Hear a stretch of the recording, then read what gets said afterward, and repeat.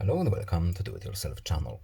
Today I will show you where to find the option, how to turn on airplane mode and how to turn it off in Motorola Razr 60 phone.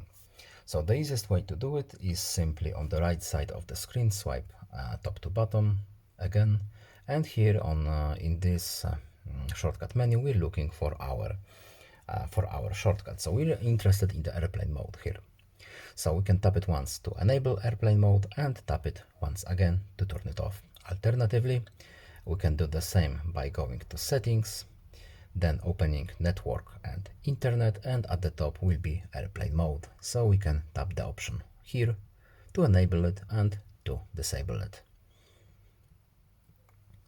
And that's pretty much it. I hope this video was helpful to you. Please leave a like and subscribe. Have a nice day and see you in the next video. Goodbye.